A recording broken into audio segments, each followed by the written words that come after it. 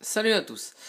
Alors je vais vous montrer comment poser des prises, enfin la distance des prises à respecter pour que ça puisse passer, pour que vous puissiez en avoir plusieurs prises côte à côte, c'est-à-dire avoir 2 ou 4 prises comme ici, comme je vais faire.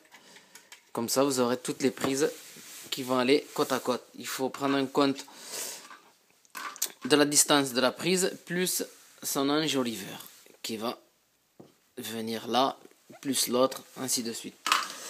Alors une distance de prise, elle se met à 30 cm du sol, mais moi comme j'ai une ouverture ici, du coup je mets à 35, comme on voit là, à 35 du sol. Bon, on dirait que c'est 36, mais si on descend bien le mètre, c'est 35. Enfin, bien la caméra. Et il faut respecter une distance du départ.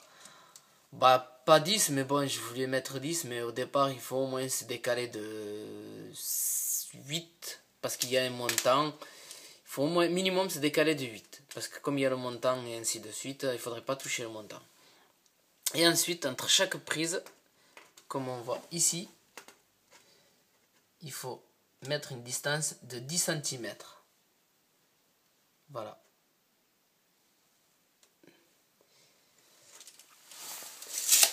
Alors, moi je l'ai mis à 35 du sol, mais une distance du sol standard c'est 30 cm.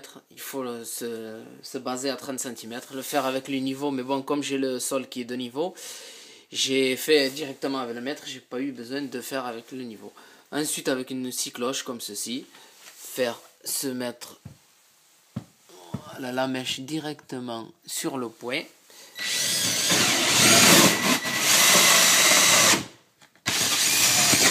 Voilà, faire des trous. Ah, ça fait de la poussière. Après, vous allez vous mettre vos boîtes placo qui vont aller là. Il faut avant tout casser l'entrée du câble. Là. Et vous pourrez vous mettre vos boîtes placo comme ceci. Hop là, il aurait fallu que je la dévisse. Enfin, je fais la vidéo comme ça. Et ensuite, je le ferai. Vous allez passer, hop là. Vous passerez vos câbles à l'intérieur des boîtes placo.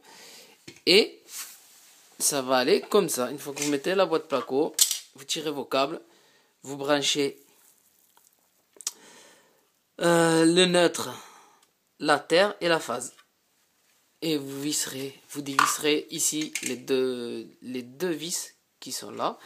Vous rentrez votre prise, vous vissez et ensuite vous mettez votre enjoliveur par-dessus. Ce que le résultat final, il sera normalement pas trop mal. Voilà, je vous souhaite une très bonne vidéo à tous.